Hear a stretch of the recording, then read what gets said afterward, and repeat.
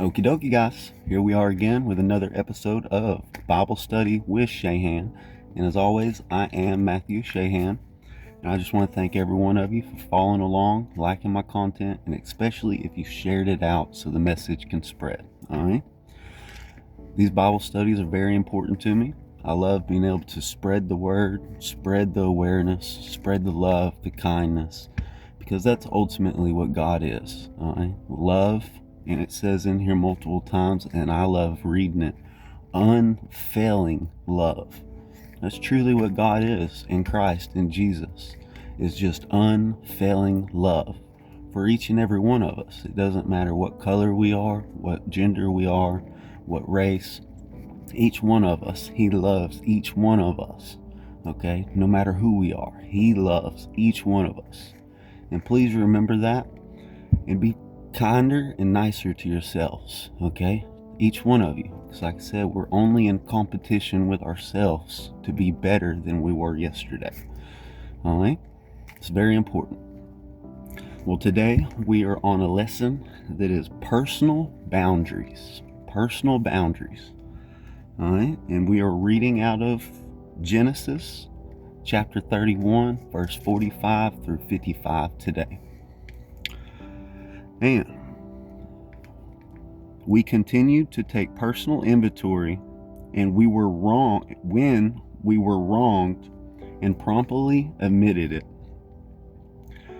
We all have particular weaknesses, and it is often helpful to establish personal boundaries and lines to support these weaker areas of our lives.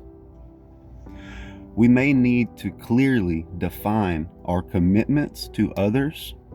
We may need to agree on certain limitations in order to maintain peace within our own lives.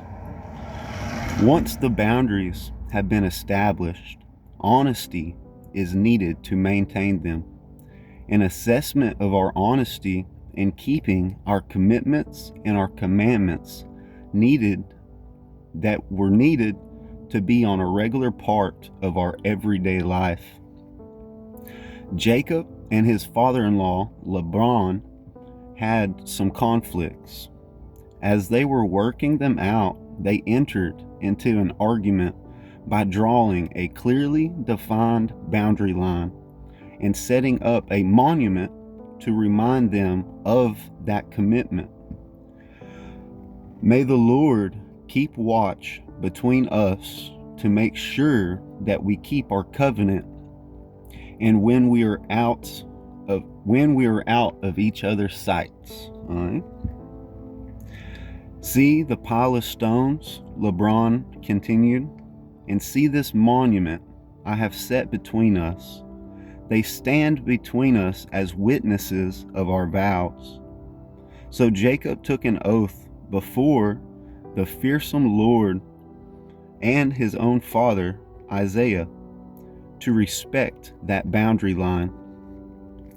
Restoring trust in our relationships is part of recovery.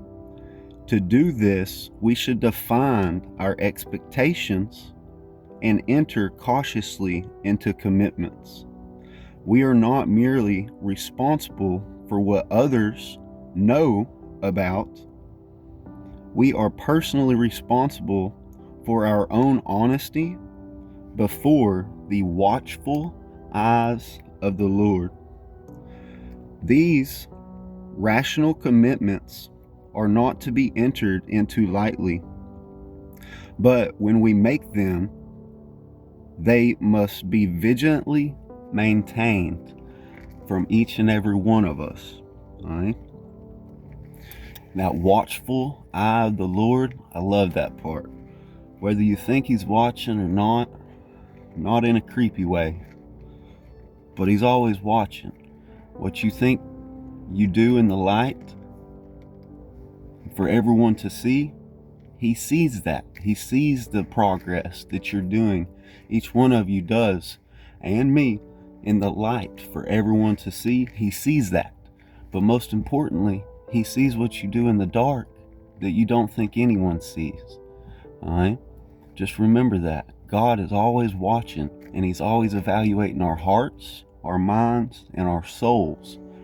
So just don't let him evaluate you with you doing bad things just because you think he's not watching. The Lord's always watching, okay? And he just wants you to be better than you were yesterday. That's all it is. He just wants you to be better than you were yesterday. That's for each and every one of you. And as always, thank you for watching.